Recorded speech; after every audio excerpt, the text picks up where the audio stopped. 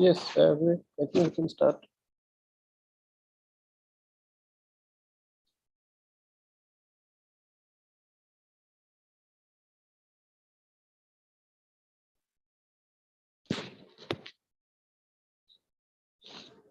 Vivek?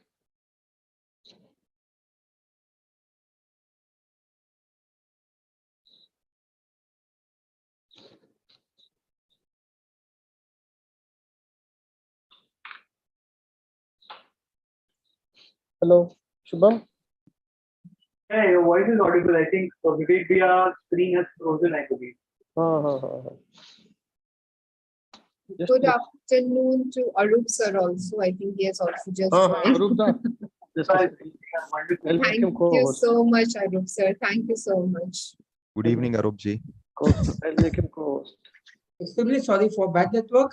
I welcome you all at ACAE, and this program is special for me as this is my last program as president of ACAE. Tomorrow I'll be giving away my presidentship, and our past chairman from EIRC, PD Rungta ji will be taking as president, the baton as president of ACAE.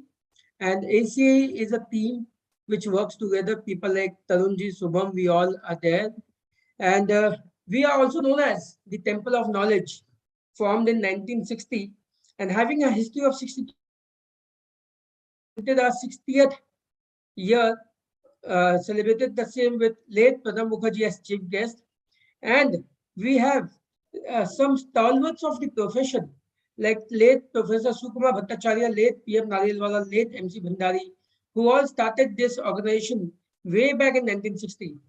We have some prominent personalities also as a past president of ACA, like past chairman of Deloitte India, CAPR Rabeshji, and various state and central ministers like late Moraji Desai ji, late Jayaprakash Narayan ji, Sachin Pilot ji, people like Piyush Goyal ji, they have all attended our programs at ACAE.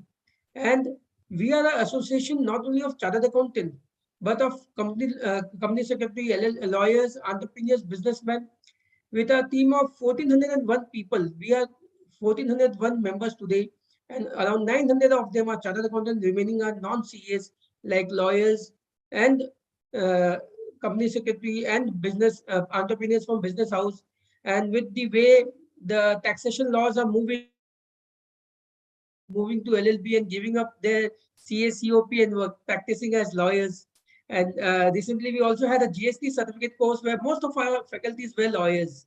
So we have been, along with the strong team like Subham and Tarunji, taking regular sessions on GST. And we are 5 years on, and still we are talking about transcredit. That is the best part of GST, I think we can say about. So without further ado, over to Subham Khaitan. Vivek, we will have the ACA theme song. No, that's not required. We have people waiting. We can start with the session. Achha, okay. So thank you so much. I'll just take 2 minutes. Thank you so much for the welcome address, and a warm welcome to both our speakers. Just for the benefit of participants, I'll tell you that we had planned one speaker for today's session, but we are lucky to have two speakers today because Vishalji has some issues with his voice. He has some throat infection, so he requested to get a co-speaker along, and we are very fortunate that we have Vishalji from Nasik and Archana ma'am from Delhi joining us today. I will just quickly introduce Vishalji. Vishalji is coming on the platform of ACA for the first time. So Vishalji, a warm welcome to you. And I see that your profile is quite illustrious, and just I'll take some few things from your profile with your kind consent.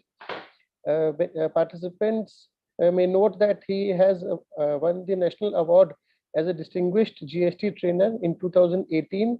He has conducted more than 500 sessions and 200 plus webinars on GST across India. He was the guest of honor at Nasik GST Department's GST Day function in 2019, and he has been awarded as the Tejas Puraskar 2020, the jury award. Vishalji is a consultant trainer and has been practicing GST for the last 5 years. Sir, a very warm welcome to you. I will now hand it over. I will now hand it over to Shubham to quickly introduce Archana ma'am, and then we can start the session. Thank you. Today amongst us, we are very lucky to have Archana Jain ma'am here. She's a qualified chartered accountant having more than 13 years of cross-functional experience in accounting, finance, and indirect taxation.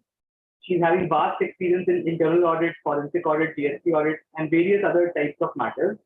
She's providing advisory and litigation services to various multinational companies. She's represented corporate houses in service tax, VAT, and customs department.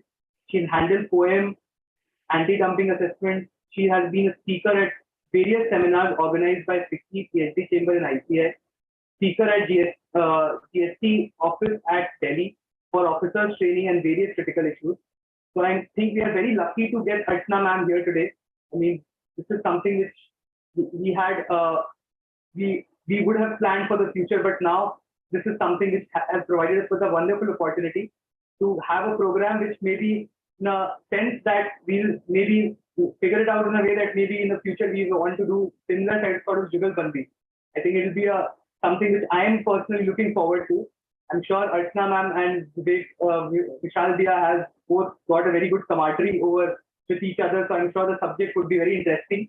And I'll also try to pitch in wherever I would want to make sure that wherever we can put in more points as well. So I'm really looking forward to the discussion, and we have very learned speakers from 2 different corners of the country today, and we are very lucky to have this discussion going today. So I'm first requesting any of you, maybe Vishal, to start with the discussion, and thereafter maybe request Archana ma'am to join with her part of the views on the subject.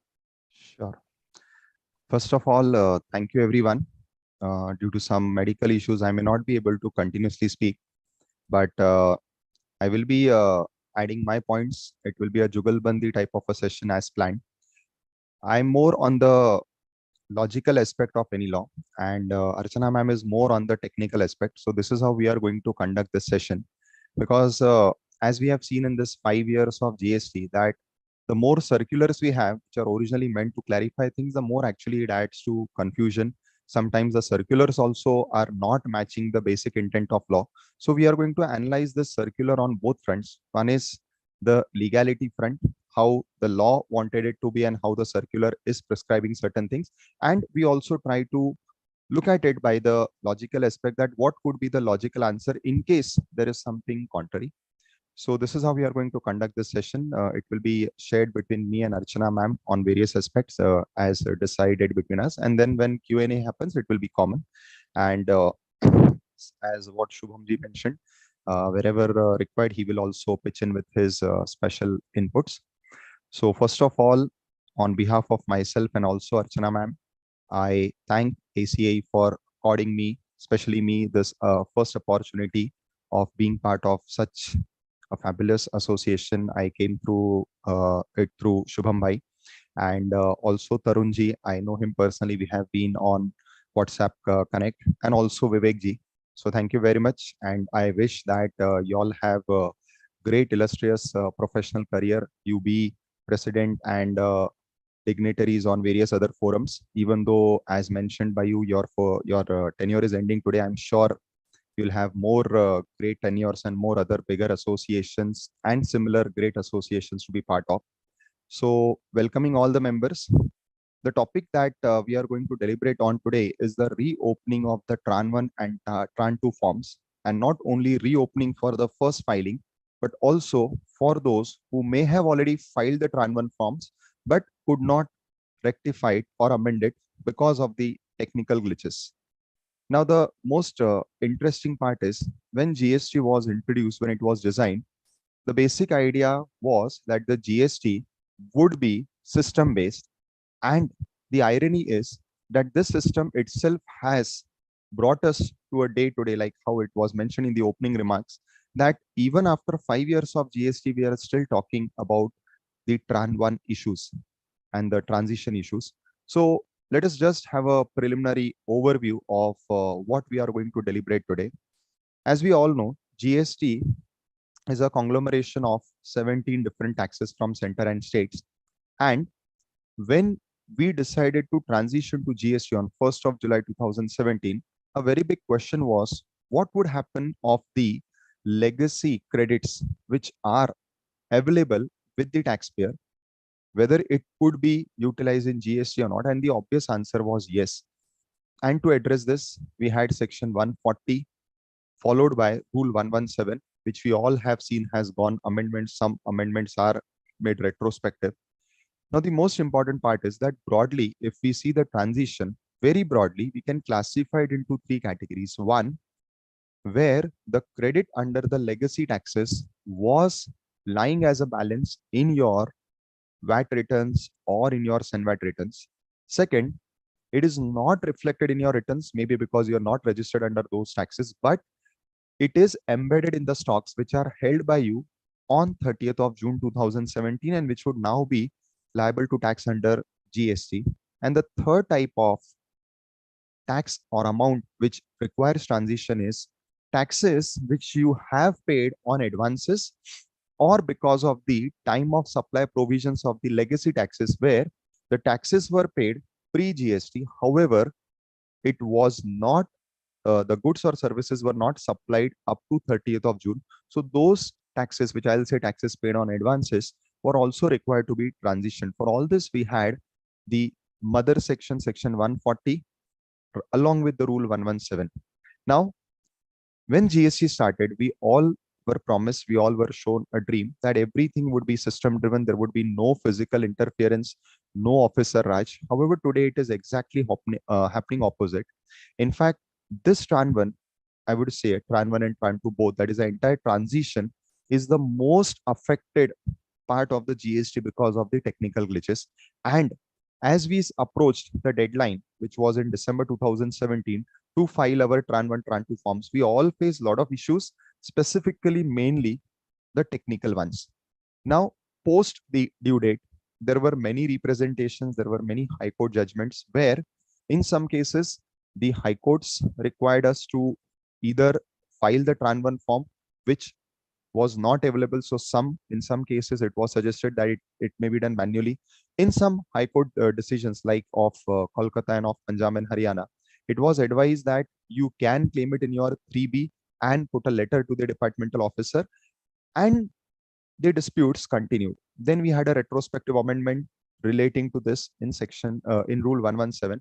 So all this was going on, and in between this, we had this special judgment of the Honorable Supreme Court in Union of India and others versus Philco Trade Center Private Limited, which was recently delivered, specifically directing the government to reopen Tran 1 for all cases.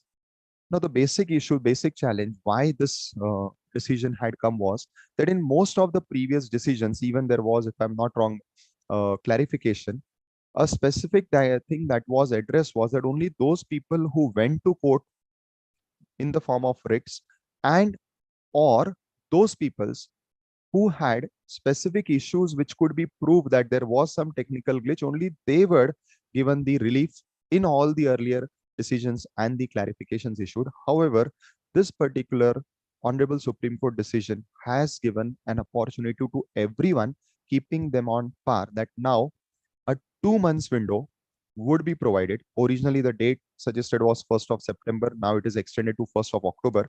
So from 1st of October to 30th of November, you would be provided a 2 months window in which you are required to either file your Tran 1, Tran 2 if it is not filed, or where there was some correction to be made because of again technical glitches, the forms could not be properly filed. If now you are refiling or you are amending or correcting, that is also now the option available. Now, the interesting part is that post filing of your Tran 1, Tran 2 or of refiling of your Tran 1, Tran 2, the officer would have a 90 days opportunity to verify. And then upon his verification, the amount would be credited to your 3B and it would be appearing in your 3B. To support this, we have a circular number 180/12/2022 dated 9th of September, in which the various issues that could emanate from this particular Honorable Supreme Court decisions have been addressed. And there are different possibilities which are highlighted, which after my deliberation, Archana ma'am would be giving you the technical inputs on this. Broadly, I can classify the entire circular, all the issues into three categories. Category one, those taxpayers who did not file Tran 1, Tran 2, and who also did not claim it in their GSTR 3B as per the High Court decisions, as I mentioned earlier. So first category is those assessees. Second category is those assessees who filed the GSTR 3B or who claimed the transitional credit in GSTR 3B, but owing to some notices, owing to litigation from the department side, had reversed it. Now, within this second category, there are two possibilities. One, whether the litigation is still on, or second, the litigation is over because they have received an order asking to reverse. And then comes the third category, those who have not claimed in any of the 3B. So there could be different possibilities. One, those who have not claimed in 3B. Second, those who have claimed but reversed. And third, those who have claimed and have not yet reversed. So these are the various scenarios which we are going to see how they have been addressed. And then there are some open-ended issues like, for example, those who have reversed along with interest, what would be the fate of the interest? Or in whose case where they had preferred some litigation and now either one possibility, the litigation is settled because there is a decision either in favor or against them, and two, where the litigation is still in process. So these are the various aspects which we are going to address in our today's webinar, and we are going to take ahead all the issues. Now I request Archana ma'am to take up the dais and put light on all these issues with respect to the circular issue. Thank Over you. to you, ma'am. Thank you so much, Vishal sir, for setting the stage right. Thank you, first of all, thank you, ACAE. Thank you, the office bearers, Vivek sir, Tarun sir, Shubham. And thank you, Shubham, for the humble introduction. I was really honored. And indeed, it is a matter of honor for me to be presenting on this honorable forum and able to share whatever little bit of knowledge I have gained in my this professional journey. So it is really a matter of pleasure and pride for me. So thank you so much for giving me this wonderful opportunity. It is all ours. Thank you. And as Vishal sir has really set the stage right, but before to proceed, I'll just say one word: transitional credit, a never-ending battle. Because what I feel, even with this Supreme Court judgment, even after the reopening of the Tran 1 portal, even after the clarification issued with respect to Circular 180, I am not foreseeing or I'm not saying that the litigation are going to be at halt, especially for this transitional credit. It will not be an exaggerated remark if I say that transitional credit provision has been stretched in the similar manner, the way we say that in Mahabharata, that Draupadi's chi was stretched. I mean, it is a never-ending process. There has been plethora of judgments, whether it be the on the point whether this ITC is my vested right, whether they have the power to curb this vested right or no, whether the power to restrict earlier restriction when they have said that no, only those assessee will be benefited who have tried, who had some kind of technical glitches. And the important aspect was that you should be able to prove the evidence that yes, there was some kind of technical glitch, you tried, but you could not succeed it, and you should be able to produce those evidences also.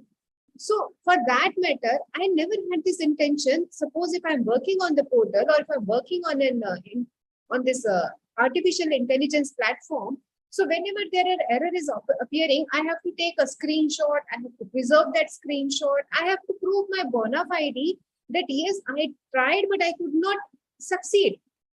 Why I'm saying so? Because the technical glitches has been part and parcel of the GST portal the day it was launched. The reason is, the reason may be anything. There may be a technical error, they were not I should say the well preparedness was not there. But it was not something that the lawmakers were not aware of, or the judicial people were not aware of, or even the department was not aware of. So to restrict myself only in the case when I'm able to produce some kind of evidence was completely vague and unconstitutional and should not have been there in the first instance. So I would like to request all the participants who have spared their valuable time on this afternoon, when I think September month is going on, that kindly update me with specific issues that they are looking forward, or the specific things that had come across when they were filing the Tran-1, or anything pertaining to their client, or whatever the difficulties they are facing, so that we can address. Because why I'm saying so, technically speaking, only one section is the main important section, and that is section 140. 141 and 142 are there; they are allied sections. But yes, for the if I talk about the eligibility of my transitional credit, or whatever credit I have to avail in Tran 1, Tran 2, or for that matter, Tran 3 was also there, but that has not been dealt over here. So the basic section is 140, and there also 141, 2, 3, 4, 5. These are the basic scenario. No doubt it has been stretched up to 140.11, up to there. There are different provisions and different scenarios has been covered. But still, I would like to have a quick feedback from my audience.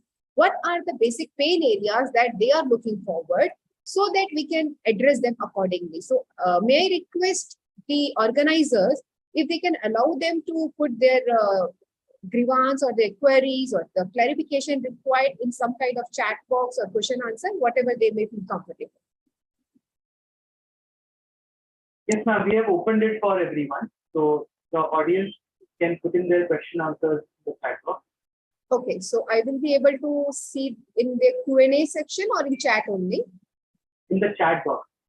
Okay, so I'm waiting. I have not yet received any of the responses. So a quick action is required from all the participants, because we are all already in a webinar mode. So it will always be a one-side traffic, but it is always interesting, and it is always, I should say, more helpful and more interesting if it is a two-way traffic. So this is the way we can interact with you all. I can understand your pain area.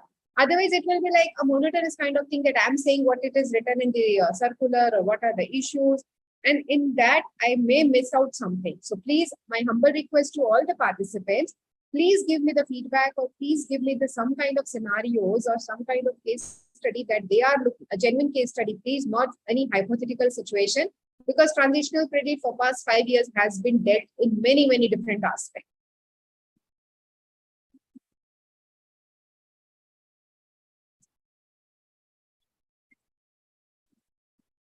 And on behalf of the participants, I'm asking this query. So what now let us say, when Tran 1 was filed, at that time the books were not audited for any person.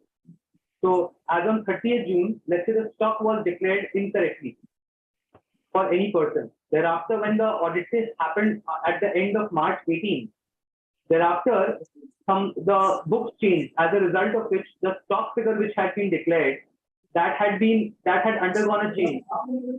So in that case, what may be the way out for those participants? No, so the change is on which side? The revision is on which side? Higher side or the lower side? Anything, ma'am, if you can cover both.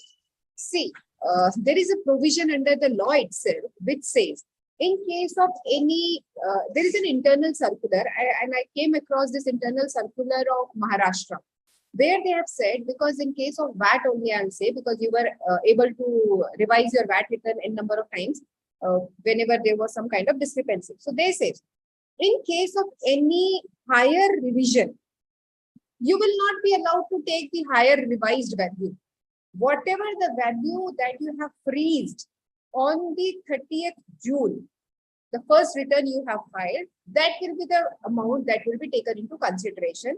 Whatever the higher revision is there, you go to the respective department and get the refund from that particular department. So that is the stand most of the state officers are having, which I am saying it is incorrect, because the law does not say, it says that return must have been filed before the due date or before the timeline that has been prescribed. And the return can be a revised return, the return can be an original return. So in case any higher side of revision has been done to the amount, so they will not be accepting that. In case of any lower side, and because I'm assuming that nothing has been done, no refund has been granted, you are not allowed to take that credit. But in case the revision is on the lower side, then you can always reverse the credit in your GSTR 3B. That is the best, safest and the best way to do, because there is no other mechanism. So in case you have only availed excess SGST portion, then similarly on the same straight line, you have to reverse the SGST portion. And if it is pertaining to your excise, then both the aspect has to be taken care of, like center and state both. I hope I'm able to clarify it, Shubham. Yeah, absolutely. Okay, so before we initiate this whole aspect, why this reopening was required? So as Vishal sir, you want to add on something? No, ma'am, I concur with your views. Thank you so much, sir. So this whole scenario was there because I said that the main provision is section 141 up to section 140(10), where all different kind of scenarios are being taken care of, where you are eligible for the carry forward of your transitional period.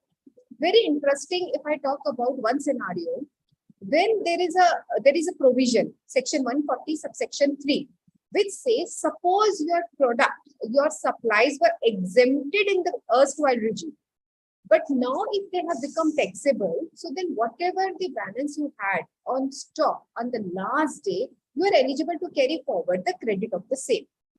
But they are saying there has to be a nexus.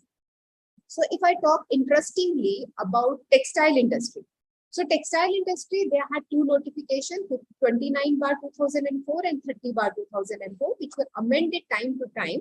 And the major amendment was 58/2004 and 59/2004, by virtue of which, for some period of time, the textile product, basically the cotton yarn, were exempted and they become nil rated. Earlier it was, and further in 2009, it was again revised and it became taxable again. But again, there were there are always parallel notification under textile. One is giving them an absolute exemption, or I should say a conditional exemption, and other one has a exemption as well, and a conditional exemption. So where there is a denial on credit, but once you are availing the credit, then you will not be eligible to take the benefit of the same. So there are plethora of litigations going on with respect to textile industry that your product was exempt as on 30th June 2017. So today you cannot carry forward your credit. But my humble submission is that when my product has become taxable, because even 140 subsection 3 also talk about absolute exemption. But when there is a conditional exemption eligible, so then there should not be any denial, and the credit, whatever the stock is lying in WIP, finished goods, or in the form of raw material, that should be allowed to be carried forward under the provision of either 140 subsection 1, as the case may be, or section 142 if it is pertaining to capital goods, 143 if it is pertaining to the stock. And in case of a trader, when it is falling under the proviso, the same treatment should be given to them also. So that was one of the interesting aspects that many of the textile giants are facing. So then, as we have already discussed, then there was a amendment, and in the time period of Rule 117 has been extended, because 90 days has been extended, and now they have used the word, the time period as may be prescribed. So for prescription, we have to go to the rules, and under rule, they have extended the time period. Then the major change that underwent was with respect to the definition of eligible taxes and duties for which the central credit has to be allowed. Again, that was also a very litigative issue, and we have seen that eligible duties definition has been amended, and earlier it was the word was written under Rule 117 was only amount of central credit. Then they added a bracket of eligible duties carried forward in the return of to the period within the day immediately preceding the appointed day, that is 30th June, furnishing by him under the existing law within such time and manner as prescribed. So within such time means whatever time that has been extended. So 90 plus 90 and many 90. And finally, this another 60 days window, which will be opening from 1st of October 2022. And we are hoping that this will be the last window. That was the thing. Then they have made the changes in the definition of eligible duties. They have not allowed the refund of cess and other aspects, because they said that cess is a specific category of taxes and that has to be utilized. But again, under service tax also, when there was an amendment and the cess has been transferred from Shek and Education cess to Krishi Kalyan cess and Swachh Bharat cess, that time also whatever the balance was lying in the credit ledgers of these cess were eligible to be utilized for the making the payment of the taxes. And the same nexus should have been used over here also, but again, that has been again a litigative point. Then there were many judgments with respect to the ITC when they have denied the ITC. And as Sad has also said that different scenarios were there, like I was not able to file the tram one. So taking to the eligibility and taking into consideration the technical glitches and plethora of judgments, what I have done, I may have taken it in 3B, but when post-audit of the transitional credit, the officers may have asked me to reverse, and the reversal was made with interest. And interest also, interestingly, at the rate of 24%, which was not warranted under the law, but still it was done. So these were few, and there were many case laws, if I say. So Philco was traveling from Gujarat High Court, and now it has finally attained the finality at Supreme Court. Similarly, Krish Automobiles, Adford, and many other case laws were there, which were in the favor of the assessee, and which said that yes, this is your vested right, and as per the constitution, your vested right is there, which on which you are free to conduct and exercise. So that were the things they were settling down, and there were many case laws which were saying that no, you have to be allowed and reopening has to be there, and this time they have to make sure that there should not be any technical glitches, and all those aspects were there. Similarly, even on this judgment also, it says that you have to ensure that now there should not be any technical glitches. If I talk about basic amendment, so even they have amended subsection 1, where within timeline or within the prescribed time has been extended again and again. Similarly, they have amended the definition of eligible duties. Accordingly, you have to see the eligible duties also, and what all treatment you have done earlier, and that also you have to take into consideration. And there were many litigations that were happening at that point of time. So for the sake of simplicity, what I'll do is I'll just try to share a presentation, a short presentation. I hope my screen is visible to all. Yeah, it is visible.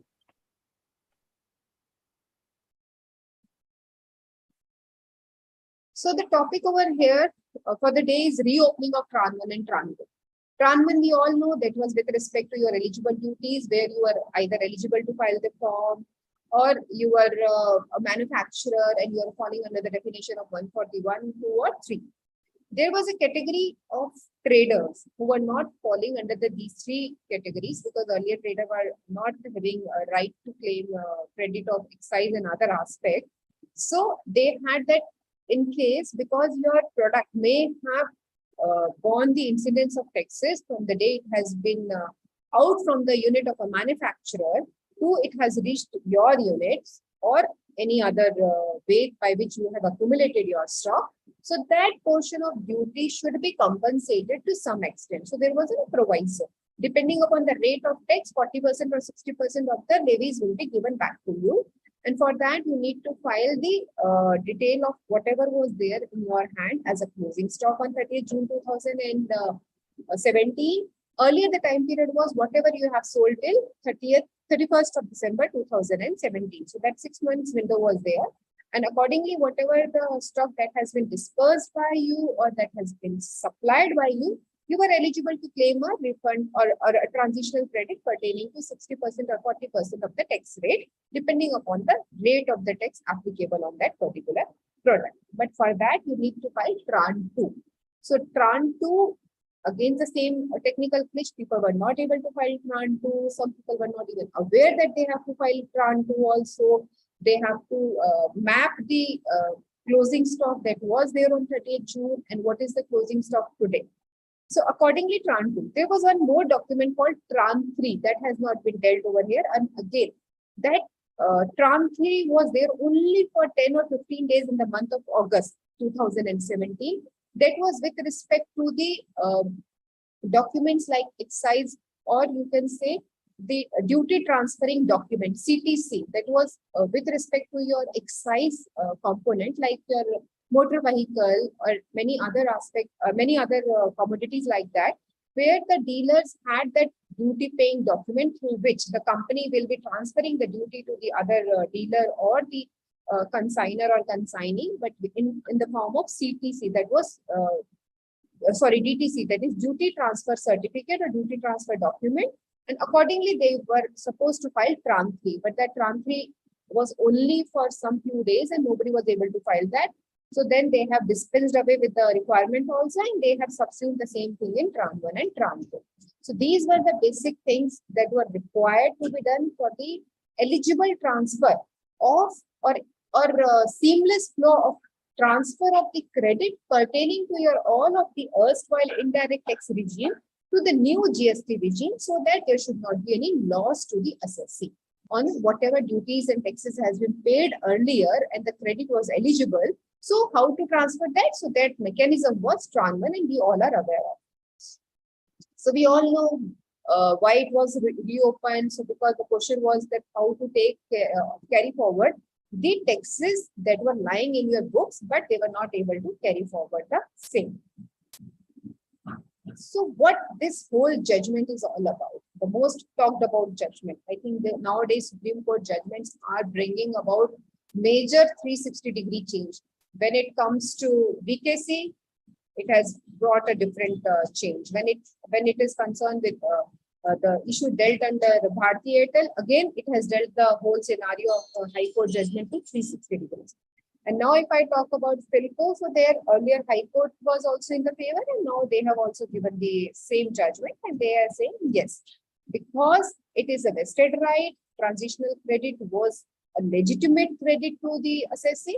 So they should be having one last or one-time opportunity given to all the taxpayers. The beauty, as Vishal sir has also distinguished, this has not distinguished between an assessee who has genuinely tried, between an assessee who was not aware that he has to file, or assessee who could not file, and somebody who has not even attempted because of some kind of ambiguity to his understanding or some whatever the reason may be. So he said no, because all assessees are equal, so they have given this option to all the taxpayers who either could not file Tran 1 or Tran 2 on time due to any reason, or filed an incorrect Tran 1 or Tran 2. So that means what was the reason for incorrect? Either the data was not correct, or they have used some other tabs at that particular point of time, or because there was no back button at the Tran 1 form. So when we are in the habit, then when we are doing a new form, and everybody was very cautious at the time of GST. So there were many incidents when people, instead of, the intention was to go back to the previous page, but there was no back button. So they were, by mistakenly, they have pushed the button submit, and the Tran 1 got submitted. So there were many many petition with respect that they were not able to submit properly, and we had submitted blank Tran 1 because there was no back button, and mistakenly we have pressed that submit button, but the intention was not to submit. So all those type of issues that has happened during those initial years of transitional to GST, everything has been dealt here and no distinction has been made. So they have said, yes, this is one-time opportunity for all the taxpayers. The claims filed by the taxpayer shall be examined by the jurisdictional officers. No doubt for that, because when you are doing something today, it will be examined within the reasonable time as per the applicable statute. It should not be that today I have filed a Tran 1 and for months and months it will be not verified. Tran 1 and Tran 2 form was rejected by the proper officer, may file an appeal in case they have not accepted this time also. So still the section 107 is still there for your reports, and you can file an appeal of the act and no need to file a fresh form as per current guidelines by Honorable Apex Court.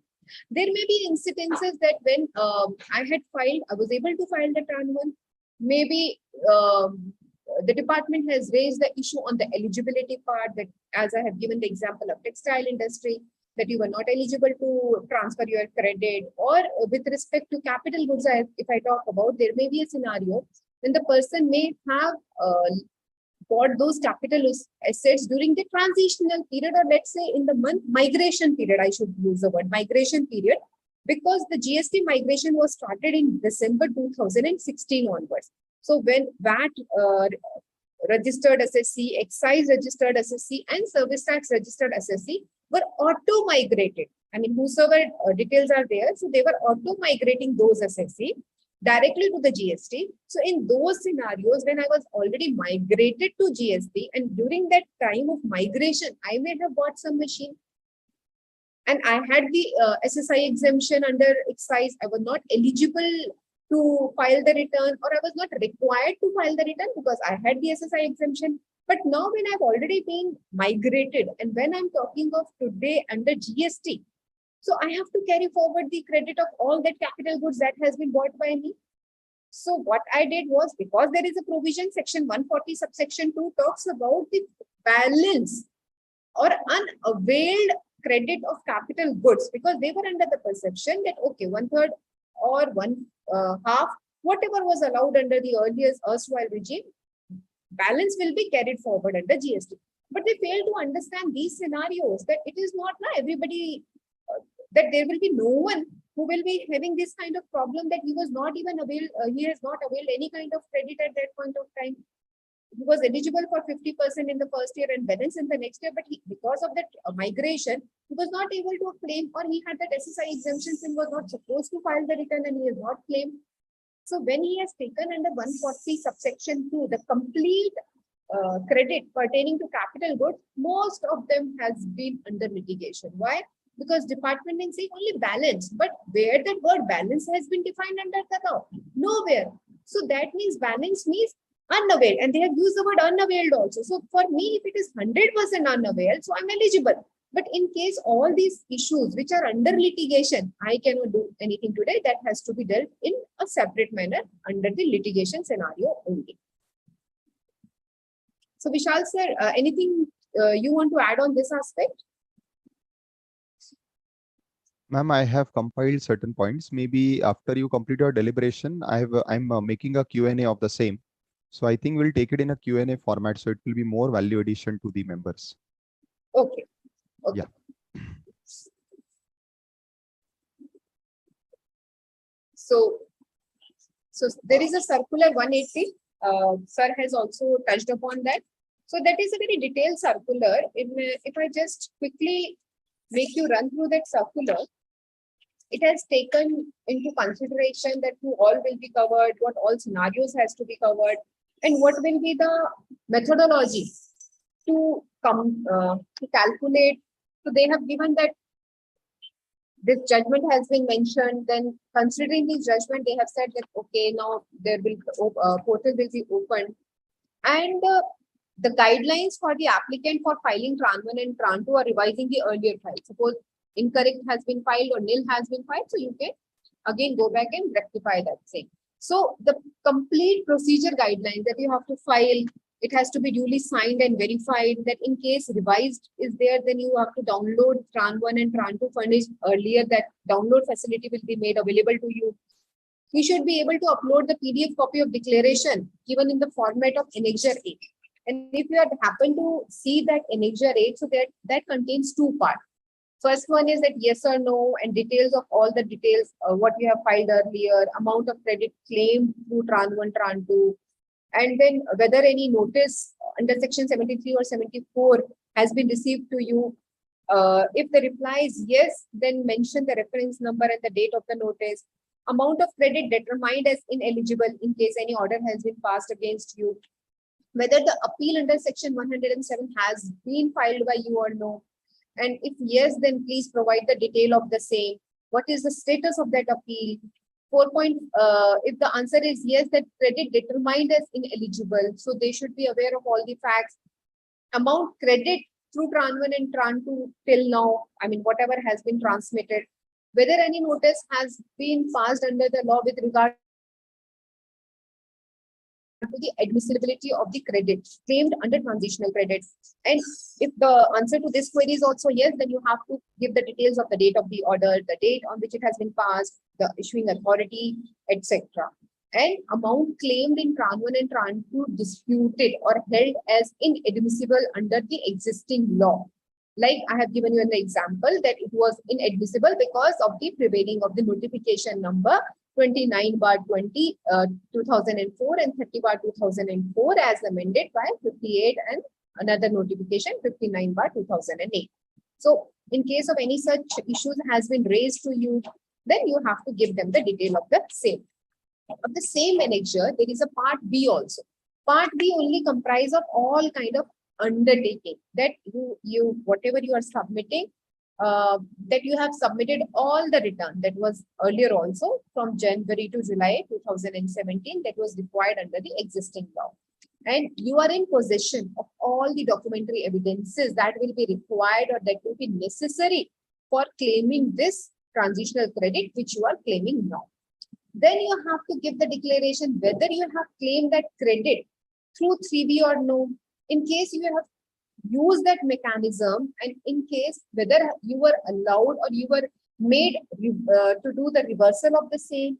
In case the reversal has been done, then whether that reversal was with credit or no, or you have not yet reversed, you are still under the dispute. So all these declaration has to be there. And there is another declaration which says that I have not utilized or adjusted any amount of credit under the existing law in response of any demand. I mean that whether you have set off them or no, there may be some demand under that, and whatever I was required to take into consideration during the transition, I may have disposed of because there was some demand. So I have already adjusted. So these things that has been required under this provision, and you have to make a complete, you have to complete the complete format that has been required.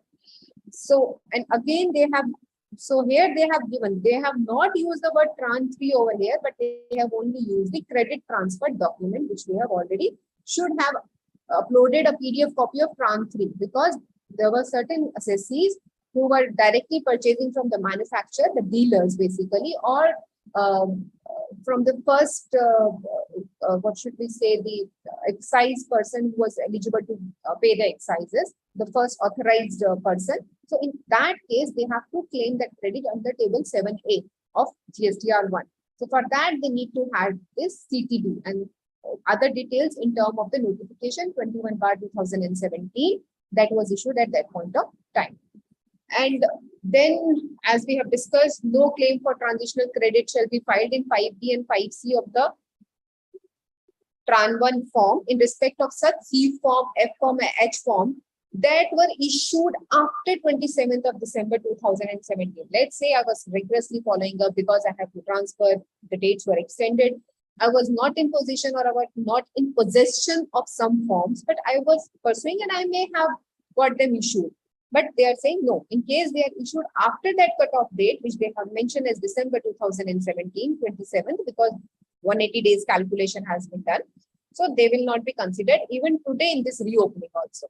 File the entire claim in one consolidated GSTR 2 in case GSTR 2, Tran 2 is applicable to you. Instead of filing the, earlier it was there that you can file for tax period. But now they said you have to file one consolidated figure for the same. Download a copy of Tran 1 and Tran 2 filed and submit a certified copy of the same along with the declaration in A and Annexure A, and copy of Tran 3 wherever applicable to the jurisdictional officer within 7 days of filing of the declaration in form Tran 1 and Tran 2. So again, one more compliance has to be done, and in case you miss the bus of the 7 days, then again a new Pandora box of litigation is going to open. And yes, you have to be ready with all kind of documents that will be required for the verification of the same. As this is the last one-time opportunity, why I'm saying last, because I'm hoping, it has been almost 5 years, so I'm hoping that this may be the last opportunity. Take utmost care and precaution while filing and revising Tran 1 and Tran 2 and thoroughly check the details, because now there will be no reopening, there will be nothing.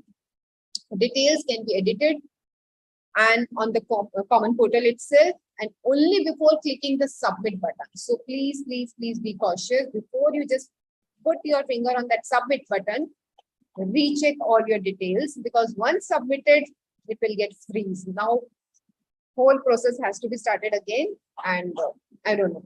So frozen form would be required to be filed on portal itself, and you have to use either EBC or a DSC. GSTN will issue a detailed advisory. They have already issued. Those registered persons who had successfully filed Tran 1 and Tran 2 earlier and who do not require any revision are not required to file this Tran 1 and Tran 2. Though it will be populated on their screen, they will be able to see, they are able to edit, but in case they don't require, so they can just leave it. In this context, where the credit availed by the registered person on the basis of GST Tran 1 or Tran 2 filed earlier has either wholly or partly been rejected by the proper officer, the appropriate remedy in such case is to prefer appeal. So this is what I discussed. In case today, even if they agree that, okay, it was an eligible that was done with some other interpretation, but I will not be able to use this facility. I have to go through the jurisdiction. I have to go through the litigation aspect only. I have to file the appeal. Or we have to pursue through alternate remedies as applicable or as available under the law. Where the adjudication or appeal proceeding in such case is pending, the appropriate course would be to pursue the said jurisdiction or appeal. In such case, filing a fresh declaration in form of GSTR and GSTR2 pursuant to the special dispensation will provide why this circular is not the appropriate course of action. That means you cannot cut short your appeal process. That has to be done in that manner only, and this alternate remedy is not applicable to you. Declaration in the form Tran 1, Tran 2 filed or revised will be verified by the concerned tax officer. After the verification, the jurisdictional officer will pass an appropriate order, and on the merits grant an appropriate reasonable opportunity of being heard in case he wants to have some queries, some clarification. So natural process of natural justice will be abided by. The transitional credit allowed as per the order passed by the jurisdictional officer will be reflected in the CL, whether he is allowed or whether he is disallowed. The concerned officers are given 90 days time period to verify the veracity of the claim. I mean, again, in a time-bound manner. Already 5 years has been passed. So with this, there are few queries which are like popping in my head. What about the refund of interest paid? Today, when it has become eligible, I'm able to file, which I have reversed earlier. I have not filed an appeal, but still it is lying in my credit ledger or in the books of account as receivable. That means I have not passed on the incident. I have not calculated or I have not taken it into consideration while calculating the cost. So what about this interest? So whatever the interest, I think that interest has to be refunded. Then whatever the credit has been availed and where the litigation or the question on the eligibility is there and no appeal has been filed and no show cause notice has been taken, only they have asked me to reverse. So that should be regularized and I should be able to reclaim the same. What will be the process? I mean, they have very clearly said that litigation is going on, then you have to follow. But what for? If the case is pertaining to these issues only, which has been dealt in this circular 180, then I think they should allow me to take the benefit of this also. Like they have taken in SVLDRS that, okay, go and withdraw your appeal over there, go and file the Tran 1 form again over here. Suppose I have taken the credit which was supposed to be taken under some other table, like I have taken in table 5, it should have been coming under table 7.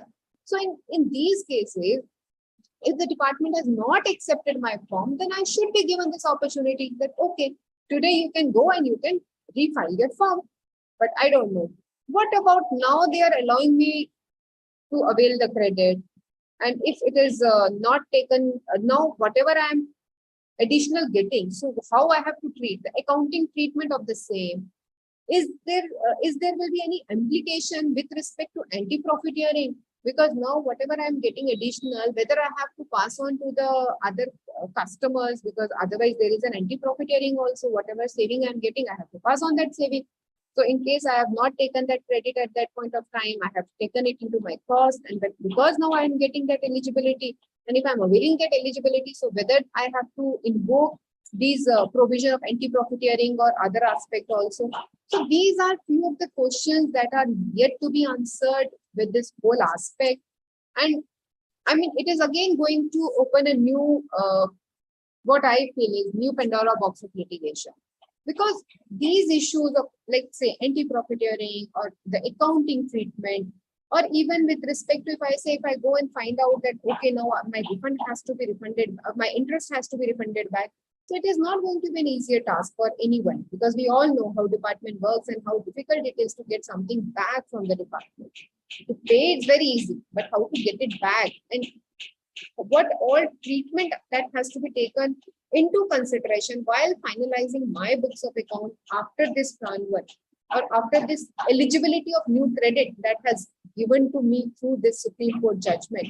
So all these aspects has to be taken into consideration. So I think this is the basic technical, and I think I have tried to cover up the circular, because here's the whole aspect over here is that you have to go and you have to exercise this right that has been awarded to you. You have to go back, you have to file the form, you have to recheck, re-verify, whatever details are required. You have to go by the timeline. So everything has to be done in a very phased and in a timely manner. So, I mean, from my side, with respect to Tran 1, Tran 2, the circular and the Supreme Court judgment, I think I have tried to cover the maximum. Great. So, ma'am, let us have a open discussion session. Firstly, I have compiled various questions which till date I have received on various forums or on from various clients. So I would like to first deliberate on them, and then if within the participants there are some open issues, we can address them. Is it okay, Shubham ji? Yeah, absolutely. Please continue. Yeah, so I have a compilation of my own queries which I have handled in these few days, and then maybe we can proceed with the other queries of the participants. So the first query, very interesting query, ma'am, which had come to me is that let us say I avail this opportunity of refiling, and I refile this particular Tran 1, refile or file for the first time, but after this reopening of the Tran 1 facility, and let us say I commit a mistake in that. You can understand this query would have come definitely from a chartered accountant only, that if let us say because of haste or because of some reason, if I file and I may make a mistake, can I still use this reopening opportunity to again refile or recorrect my Tran 1, Tran 2? My answer to that was, I don't think the portal will allow you refiling. Ma'am, do you have any other special inputs on this? See, this 8 point under circular only, they have said that you have to be very cautious while filing it, because Yes. it will not be, I mean, this is not a video game where you may have different lifelines. So it is your Yes. one lifeline which you have to use very cautiously. Yes, when I had given this answer at that time, there was no circular, so my answer could not be backed by any authentic legal backing. But fine, now we have a circular to support this, that this opportunity is only once. Next, I think you have already covered that if my matter was litigated, I had reversed along with interest. So now when I am given this opportunity of reopening, first question is whether I can still apply for the amount of ITC which I had originally claimed, maybe in 3B, which after litigation or after the order of the officer, I had reversed along with interest. So the first question is, can I still reclaim it by using this facility? First thing is the ITC amount. And second is, what about the interest? My view on this is that if the officer has already adjudged your case and disallowed it on principal grounds means it is an ineligible credit, then I think you cannot contest this or you cannot refile Tran 1.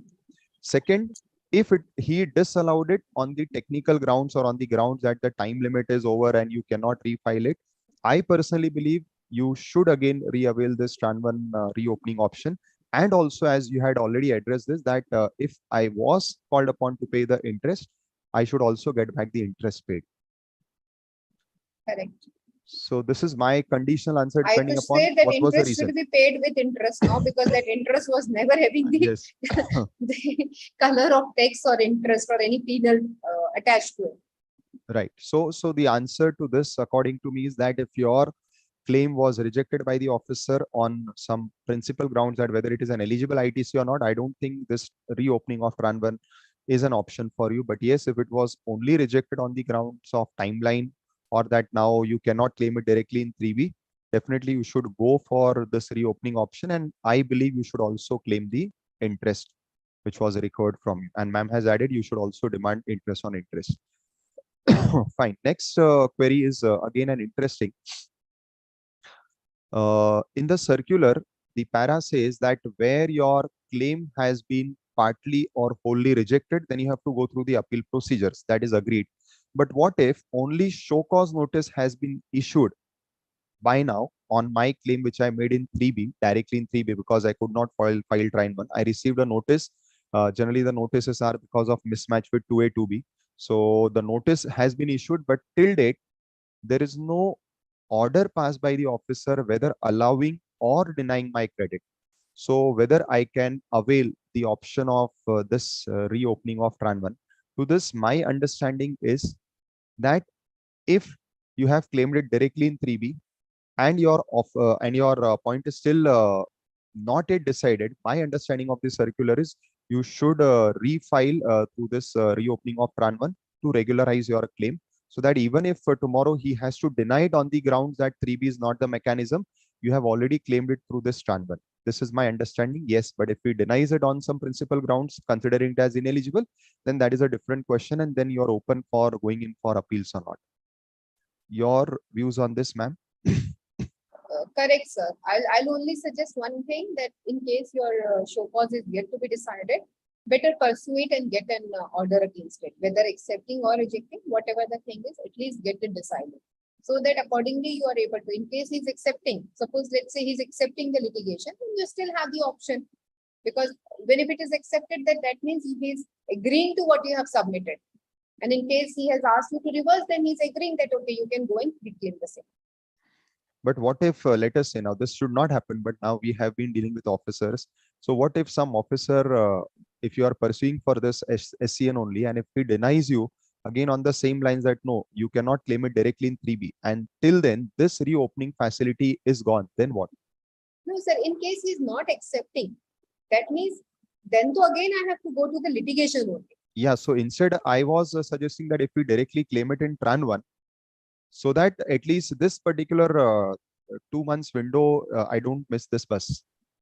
Because I don't think this particular aspect is covered in the circular, that where only show cause has been issued and there is no order passed yet. So my view is that I think you should go by the Tran 1 route. So at least your that particular this reopening facility has been availed. So tomorrow, by chance, for some reason, if he does not complete it in this 2 months period, and later on, if he says that no, 3B was not a mechanism, this is my view that you will not have missed this bus. Anything you would like to add? No, perfectly fine, sir. Perfectly fine. Yes. Then another interesting query I received two days back. The query is that I had claimed it in the previous Tran 1. The claim was rejected on some principal grounds, which I wanted to contest, but for some reason I did not contest, and my time limit to file appeal is gone. Now, can I claim the same amount by using this facility of reopening of Tran 1? Let him again reject it, and then I will prefer an appeal against this rejected order. Again, an interesting query which I received from one of our fellow members. I hope everybody got this query.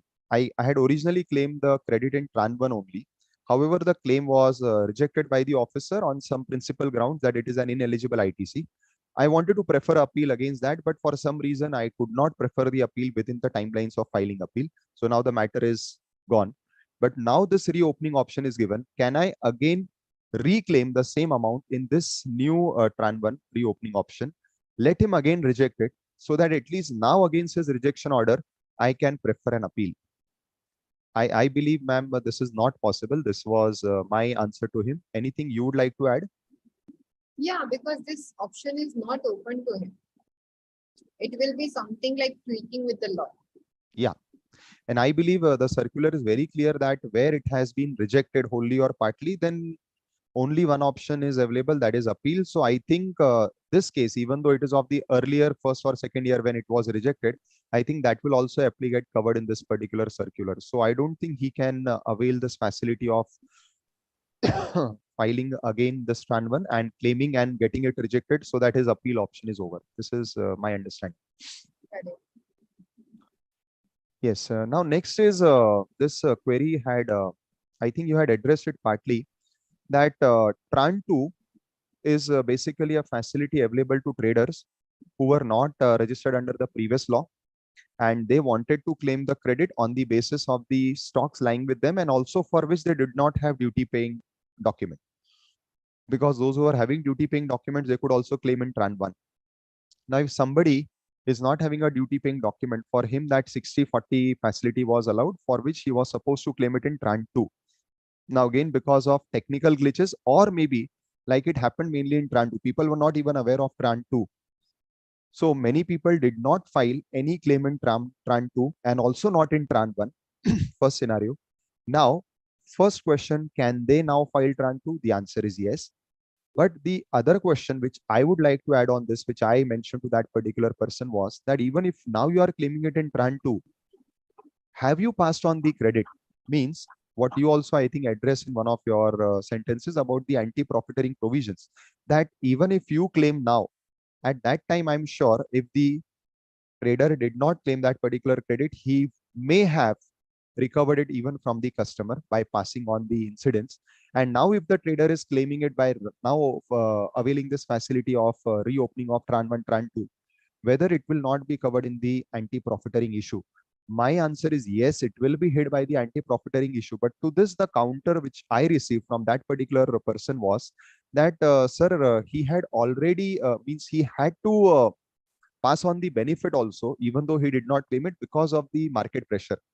So I said, fine, even if you are claiming this, that yes, he has passed on the benefit, even though he did not claim it through Tran 1, Tran 2 because he did not file it, it will be difficult to prove it in the court of law. So I think this anti-profiteering may play a role after this reopening of Tran 1, specifically in the case of Tran 2 issues. Your views on this, ma'am? Same, sir, because I will not be able to pass the litmus test of unjust enrichment. That has to be critically analyzed also, because this whole aspect that he has passed on under the pressure, or he has given additional discount, or whatever the reason is, that will not be something very easy to be proved, documented, and evident from the books of accounts. Because I mean, he has not, neither it will be like this component which was eligibly belonging to him will not be, we are not able to see that in any side of the receivables. So how is going to prove that the incidence has not been passed? Correct. Another question was, I think you also covered this, but I would be, I'm putting it as a Q&A, that I filed Tran 1, but I entered the credit in the wrong table. Now, should I again refile Tran 1 by putting it in the right table? To this, my understanding and answer is that if you have filed it in the wrong table, but you got the credit and it has not been litigated by the officer, I don't think there is a need as such now, because if you again file Tran 1, then there could be a possibility that either now he will say that you are availing double credit, it is already allowed to you, or if he rejects it, again, there will be a question mark that whether you will go for appeal or not. So I believe if he has not contested your earlier Tran 1 claim, even though it was in the wrong table, then I don't think there is a need to file Tran 1. Your views on this, ma'am? Yes. Now, I mean, first of all, sir, I was never in agreement with this issue, whether table has been shuffled or wrong table has been used. I mean, no biasness, but at that point of time, none was perfect in filing the returns or Tran 1 form. And as per the guidelines, because they have issued the guidelines way ahead, and nobody was aware that these timeline will be even extended. So people were in hurry. We should not be missing the train, or the train should not leave the platform, and we have to file. So my submission at that point of time was also that in case there is some kind of mismatch or some kind of shuffling in the table, it should not be a part, because there is a Supreme Court judgment that procedural lapse is nothing to do with your vested right.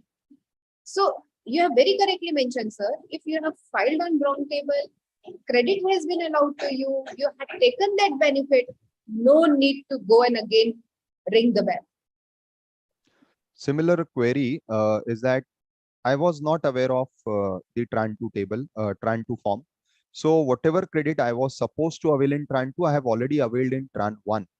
Now whether I should file Tran 2.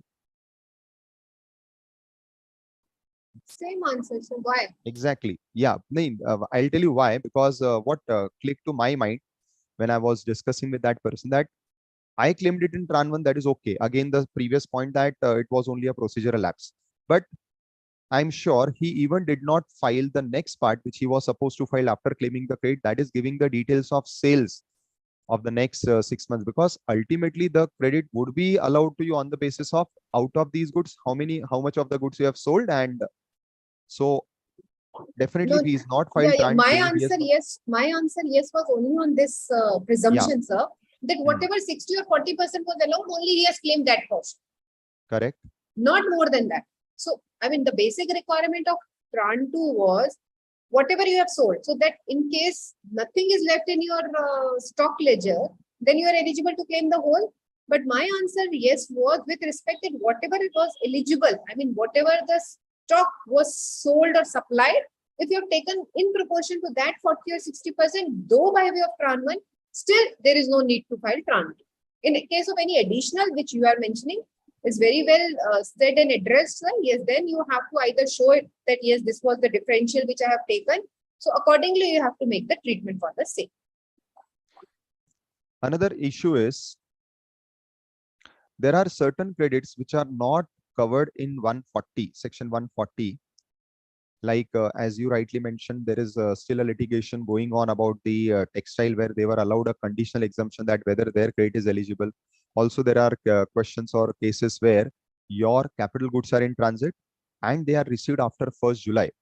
Yes, So these are some. 145 does not cover this. Yes. Now, if it does not covers and I could not claim it in the earlier Tran 1, can I now claim it in this Tran 1? My answer again would be, if it is not covered in the definition of eligible credit, whether it is the previous Tran 1 or this Tran 1, I don't think this Tran 1 has changed the definition. So there is no point that you can claim it now. But yes, what I added further was that if by chance you want to litigate that point again on the same question, that if the law does not provides me a procedure, but still if it is my vested right, I should get it. I cannot leave the credit of capital goods, which would definitely be in lakhs. So I will then, I have advised that if you are ready for litigation, you claim it in this Tran 1, let the officer reject it. Obviously, you'll be rejecting on the grounds of 145, and then maybe you can prefer an appeal or writ against that particular rejection. Means contesting on this grounds that even though there is no procedure provided, but it is my vested right. Yes, sir. Cost versus benefit analysis has to be done. Yeah. So whatever, because he has to analyze both the aspects. Yeah. Another issue is about the accounting treatment, that since I missed to file my Tran 1, Tran 2, I did not claim the credit. So I even did not show it as an asset or as an income in my books. Rather, I expense it out. Now, if I'm claiming it through this revised Tran 1, and let us say it is getting allowed, how it would be affecting my books? I believe it should be a prior period item and you should add it as your revenue simply. I don't think there should be, there could be any other answer to this. Next issue. Yes, one more issue which I think I read somewhere, so I thought I'll cover it over here. That my case was under litigation, service tax assessment was going on, and in service tax assessment they identified that I have not paid certain RCM. So now I was required to pay RCM under service tax, and by that time the date for filing the earlier Tran 1 had lapsed, but I had to pay it because there was an order against me. Now this definitely would have happened because there were many service tax assessment in 18, 19, 19, 20. By then the Tran 1 date was lapsed. Now if I have paid that particular RCM, service tax RSCM post the order of service tax, can I now claim it under this reopening of Tran 1? My understanding is yes, you should be able to claim it. What are your views on this, ma'am? Agreed, sir. Because I believe it is very aptly covered in the requirement of eligible credit definition. As you had mentioned, it was revised later on, it was added later on. I believe it is covered in that particular concept of eligible credit. And if I am made to pay it because of an order under the service tax era, which was passed post the due date of filing of the original Tran 1. So if I have paid it, I believe you should be able to get the credit of that in this reopening of Tran 1 form.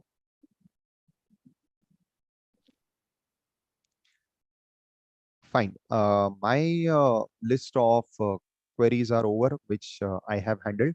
So now I think we will open the forum for all the participants present here. Even Shubhamji, Tarunji, or somebody from the organizers is having their list of queries received by them. We can even address this. Sure. Thank you so much. So I have a few queries which I wanted to basically I got it from the participants.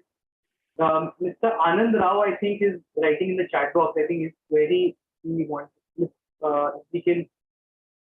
you can take that up, or He had posted it earlier. I'll just read out the query.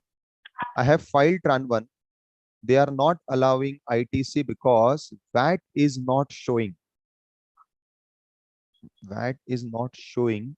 How come it is possible VAT is not showing? That means if you have filed your VAT return, that will be appearing in your VAT return, whatever the balance is lying. Because what I believe from this query is that he has duly filed his VAT returns as applicable up to 30th June 2017. That amount of credit which is lying as a balance in his VAT return has been transferred to Tran 1. So that has to be there from that only, no? Or maybe we can ask the person to make his query clear. Yeah. Mr. Ananda Rao, if you can try to unmute yourself and ask your query.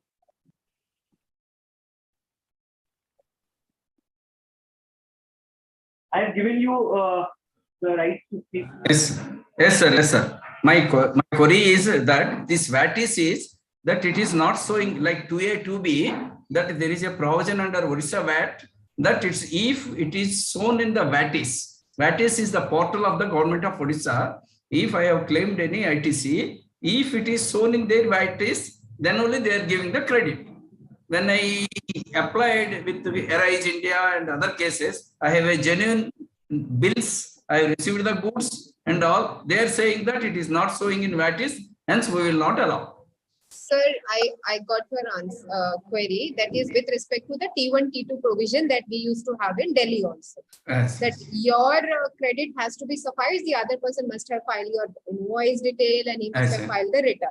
So now it is because of the non-compliance of the supplier, correct? Yes, yes, yes. So this you have to litigate under VAT first, sir. Get your appeal objection filed on that order, get your appeal decided, and get the refund in VAT regime only if you are not able to, because provision under transitional are very, very clear.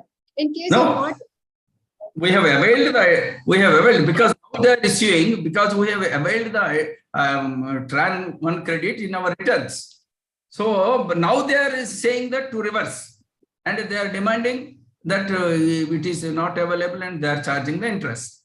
We have filed June 1st July, within the period we have filed, and now they are verifying, and now they are issuing a so-called notice. We have already availed. Under transitional credit, the verification has to be done with respect to your erstwhile regime, whether you are eligible for that or no.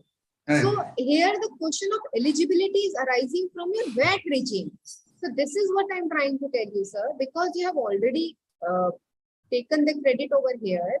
So you have to get something from the VAT officers that yes, this is your eligible credit. Because as you are saying that it is not coming in your VAT list, that means your T1, T2 requirement, the other person has not filed the details, he has not filed the returns, that has not been taken care of. That should have been the procedure under your VAT regime.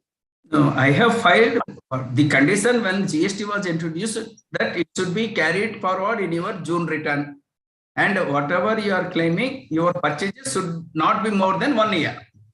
These are the two conditions. I have complied. Now they are telling that because the supplier has not uploaded in the VAT, we are not giving the credit.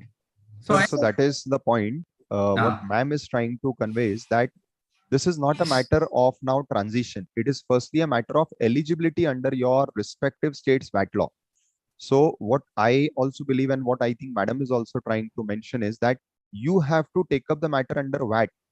This will not be getting squarely covered in Tran 1 or the transition. So now, see, now there is no notice under VAT. Now notice is under only GST. Tran 1 verification they found.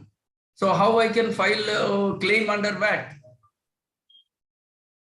When my 30th June 17 return is showing and my purchases are within 12 months, how I can file, ask? Sir, on a simple note, under which provision they are asking you to reverse? Because under GST law, under 73 and 74, they cannot issue a show cause.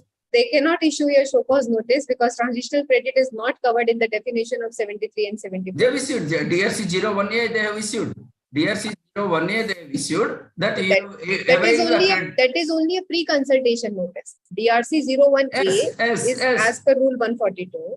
But this is my humble submission. I think Shubham will agree to me that I believe under 73 and 74, they cannot issue a show cause notice to me. That means they cannot convert this DRC 01A to DRC 01. If you look at the definition of input tax credit, that does not cover transitional credit, unfortunately. And so we are yet to see what proceedings they can in fact carry out.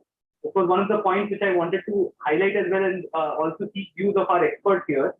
That right now the department, what provisions do they have? So let's say this 2 months to 3 months process they carry out, and thereafter the credit is verified, and thereafter it enters into our credit ledger. Thereafter they want to review the particular figures whether it has come in. Then what is it that what action can they take?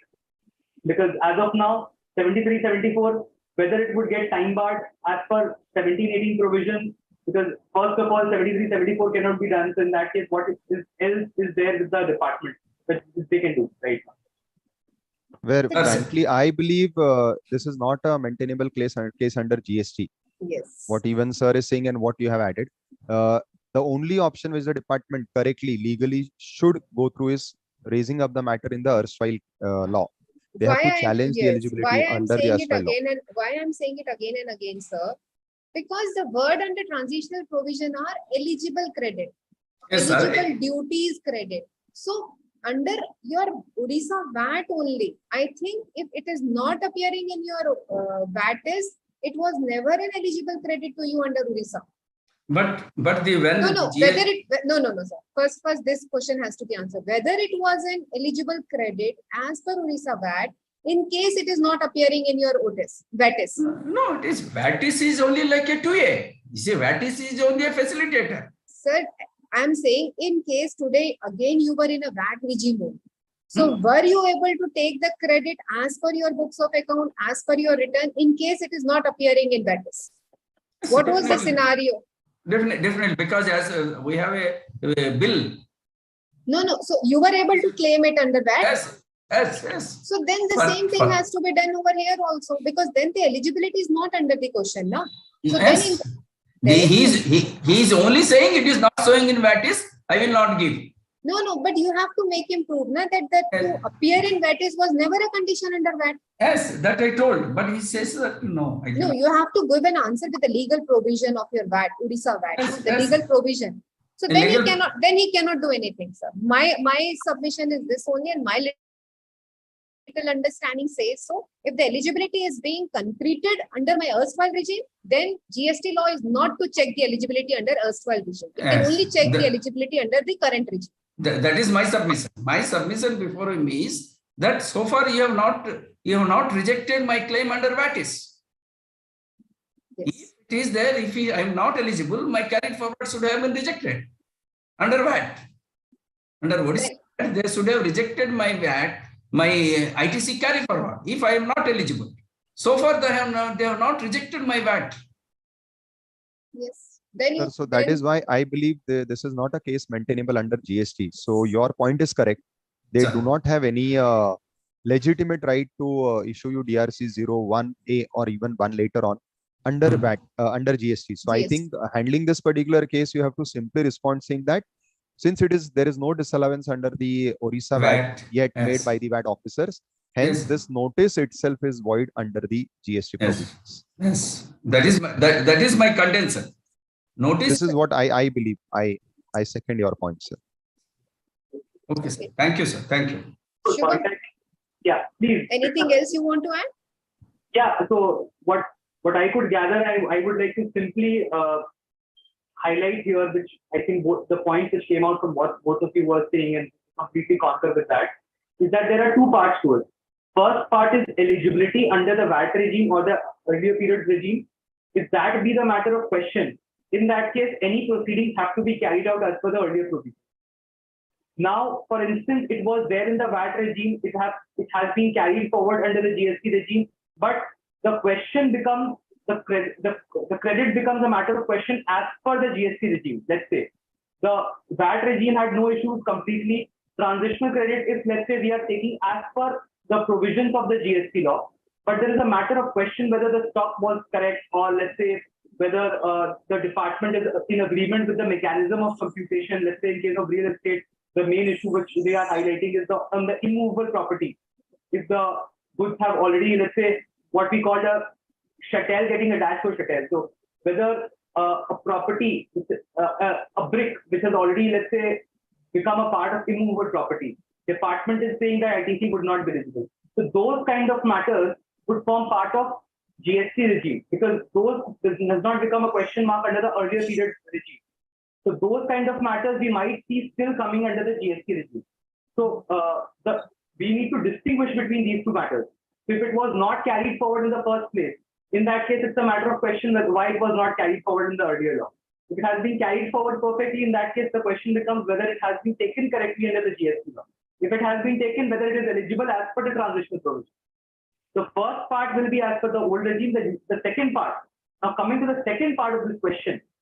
So as of now, we are aware that the provisions of the GST law, section 73-74, we are of the view that it should not be taking care of these kind of matters.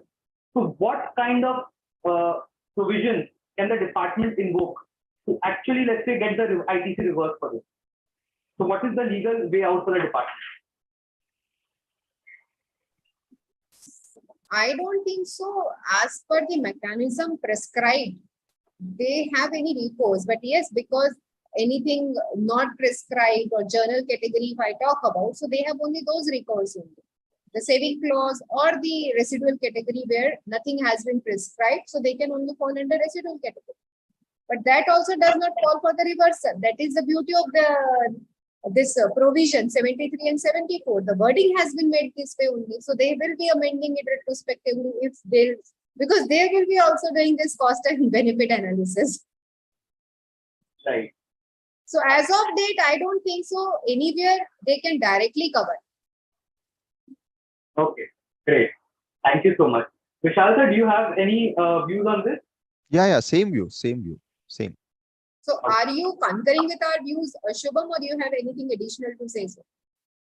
To be honest, technically looking at it, ITC Avail, the definition itself does not include it. So 73-74 cannot have this covered within that ambit.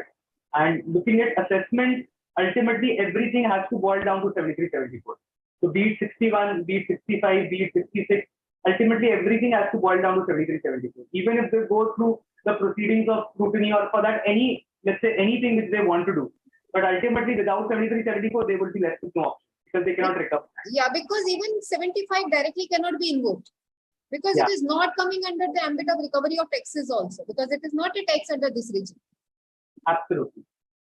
Yes. Very wonderful. Wonderful point made. So even now, when we are talking about the circular, talking about the verification of credit, so how far is that actually something that they can look at? I mean, that will be used as an arm twisting gadget. Trust me. And to be honest, can a circular, merely a circular, can it provide reopening of Tran 1 and the judicial proceedings regarding the legality of it? How far do you think that is correct?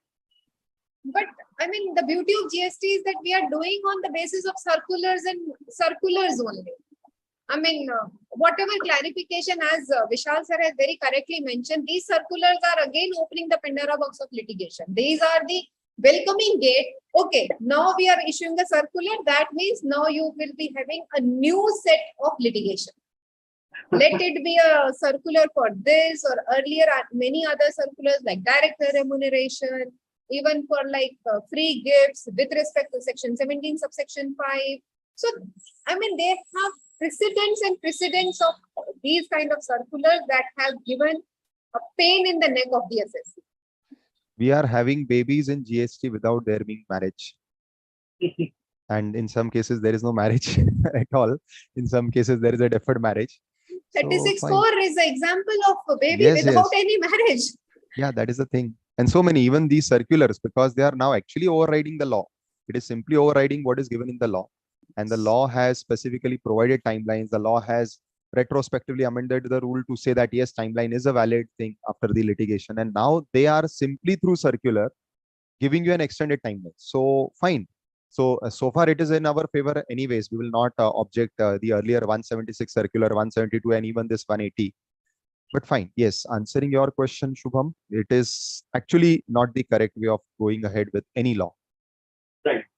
Okay, one more question. Let's say we had a Tran 1 matter which was under adjudication, which has also gone into appeal. Let's say it was for one particular table. Let's say table 5. The matter has been under appeal. Now I find that I have made a mistake in table 7, which is something which I never argued, which is something which was never put up before any forum. And suddenly, while doing the recomputation of my Tran 1 credit, I find that there is a mistake which I have made. Now, in the circular, they have mentioned if this matter is pending in adjudication or appeal, in that case, usually you should not be going further into this particular, you should not be filing the Tran 1 once again. So do you think for a distinct matter completely, we should be going into it because it is put up, because the matter is now completely different, but it is basically part of Tran 1 itself? What do you think we should be doing in those cases? But you said you have already claimed, na? Yeah. So let's say table 5, I had a discrepancy.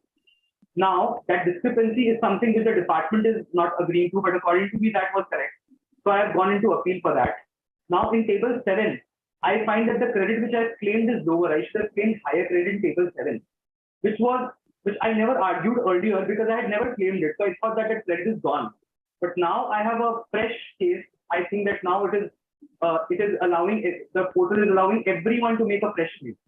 So because my credit is under adjudication or appeal with some officer for a different matter completely, should I be deprived of the credit which I could have claimed in a different table? So that is I don't think so. I think you should be eligible to claim it in this reopening of Tran 1 because the matter is not sub judice. No, but my query over here with respect to your query only is, that means your table 7 is not yet being clear. That means that either you have not availed that credit or it has not been transferred, because otherwise that there cannot be any dilemma. Even if you have, let's say you have taken 100 rupees and you are eligible today to take 150, which you find out later on. But what is the status of that 100 rupees? Whether it has been credited, whether it has been transferred. So now revision is not possible. No? They have not given this option that in case you have, they have said erroneously filed. Erroneously filed means it will not come under the definition of erroneously filed, I suppose. I mean, revision for which they have said that submission was with error or something wrong has been submitted. But then this has been already completed. You have already taken care of the credit and every aspect has been dealt with. So how you are trying to put this another 50 rupees in the kitty? This is the main aspect. Correct me if I'm wrong. The way I understood this circular was, even if there is a wrong claim which I have made, then that would be covered here. So if I have made a claim of 100, the claim should have been of 150. Ideally, I should be eligible to claim that 150. Leaving aside the sub judice part and everything. So in that case, there should not be any ambiguity because that has never been contested, neither by you nor by the department. So only what you have claimed that has been transferred. So I'll take it as good as suppose you have not claimed anything, but today you want to claim, so then that is okay. But in case I want to claim now, which I can claim. Yeah. Completely different matter in Tran 1 that let's say for table 7, it was never verified. I mean, it was verified by the department. They had no issues completely because I had claimed the lower credit. Even I was at that time I found out that I should have claimed higher, but I could not do anything about it at that time. But for a completely different matter, they are saying that for table 5, we are of the view that you have claimed higher credit. So I'm saying no, I am correct. So I've gone into appeal. So, but for a completely different matter, which I feel that I have never contested, I should be able to take the advantage of that. Because it was never wholly or partly rejected by any of the forum. Absolutely. And I think this C-form, F-form has become a matter of issue here because a lot of C-forms and F-forms have been issued after December 17. So yes, this is I'd say that this circular has opened another set of litigation. Now people will fight. My form came after this, again at the mistake of the supplier, whatever, technical glitches. Portal was also not working for many months. Even the web portal was not working. Or my logins were not given to me, or my logins were not working. So yes, this is going to be there because again the question of vested right, again same set of litigation will start. On this, I believe actually I missed to cover that in my Q&A because I had also received a similar query on these forms issue. I believe this reopening of Tran 1 allows an opportunity to claim those credits because let us put it differently. Had there been time of the original Tran 1 form up to 5 years, let us say till date, the original Tran 1 form timing is still open. Whether or not you are able to get the credit transition for which you received the C form or F form late, definitely the answer would be yes. No? Here they have given a restriction, specific restriction, that they should not have been issued after 27th of December 2017. They have incorporated this deadline in the circular. Acha. That is the reason we are saying that now the addition will not be allowed because they have restricted. So this will again open a new line of litigation. How come they have the power under the circular to restrict my vested right? Where the timeline has been prescribed, because the prescription of timeline can only be with respect to Tran 1, not with respect to the VAT law or any other law which is not applicable as on date. The timeline for those forms has to be decided from those laws which are already subsumed. So where they have the power, because even under the saving clause, if I see 174, they don't have the power to make new timeline for the earlier laws. They have the saving provision with a limited application, not with an unlimited application. Am I correct? Yeah, that is why I'm saying, so you should claim it in Tran 1, let them disallow so that at least the appeal option is open. This is what I mean to say. Yeah, litigation definitely should be an option over here. Litigation is the part and parcel of GST. Right. Now, I mean, is there an order which we are seeing? The circular is talking about an order that needs to be passed. Now, whether that order is, what is that order, under which provision is that order coming? How is the appeal going to be decided with that? I mean, there is no provision which talks about this kind of order under any section, right? If I'm not wrong, the order which can be passed is only of adjudication order which can be appealed against. It's not an order which can be appealed against. So how far is it? Yes, and I think the restriction is there also, no? Under 143, I think, if I'm not wrong, I don't have the book right now, but I think there is some kind of restriction that if something has been rejected, you cannot appeal with, you have to live with it. Something of that sort, I remember I have read somewhere. I mean, I'm again, sure you'll have another set of either circular or instruction clarifying this, that whether this is an order appealable under section 107 or not. You should let them first pass the orders. Yes. But I believe this should be appealable because otherwise then simply disallowing appeal without... cannot be denied. That's again a provision. No? They have given it under circular for sure. The department only reads that, so I'm sure they would have to admit it somewhere down the line. But it will be again, I don't know whether it be online, physical, all these questions would be again raised because as of now, all appeals are online. So the verification is offline. So how far the appeal would be online is something that we have to see.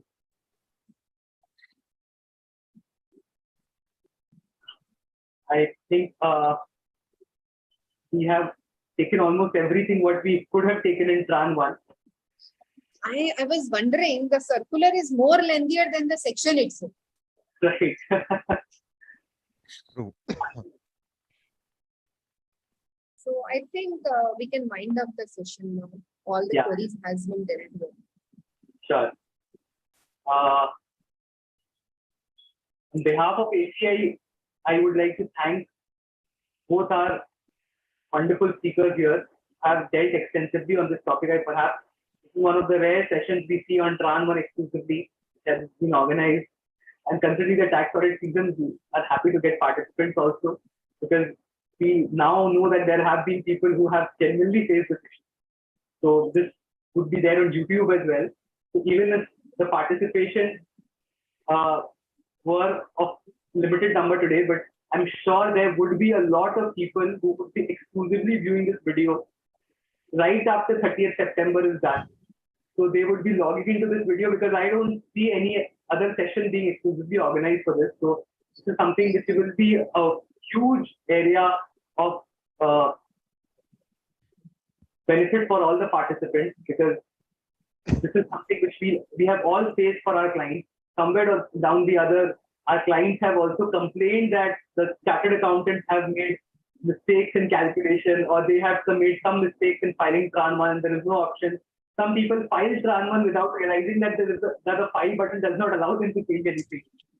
So those kind of issues have been, we have been facing regularly. We have gone to nodal officers. Some people have gone to high court.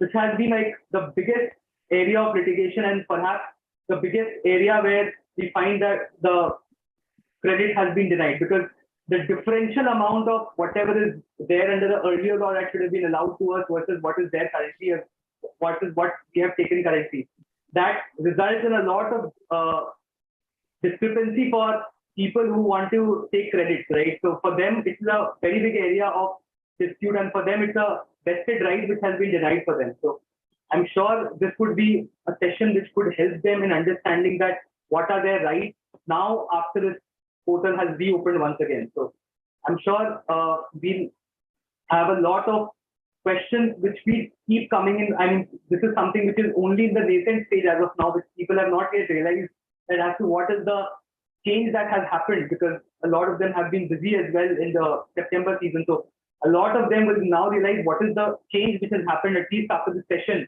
When people will start sharing, they will know that, okay, this has been the change which has occurred. So now this is the benefit that we can get back to the client. Because very rare case scenarios we see we can get benefit for the clients, right? So I'm sure this session will help in getting those kind of benefits for them. And wonderfully, both of you all have taken up this session. And this Jugalbandi is something which I think we'll follow in the future as well, because it has opened a new set of style of carrying out the session. So we'll see people who are maybe, because this actually on a Zoom kind of platform, perhaps this is one area which makes the session very interesting, because people don't want to listen to a speaker continuously speaking for 2-3 hours at times. So in a way, this makes the session more interesting. People want to ask questions. So speakers want to ask with each other. The session becomes more lively. So I'm sure this is something which we'll follow for the future as well. And maybe we'll ask you again to once again do this kind of session for us. That would be a wonderful opportunity for us.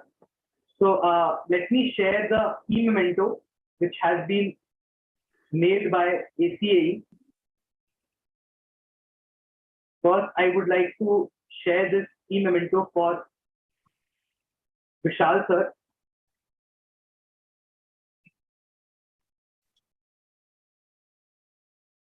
Yeah. Thank you. Thank you very much. Honored. Yeah. Unfortunately, we don't have the physical memento, so the e-memento I think would be sufficing for the time being.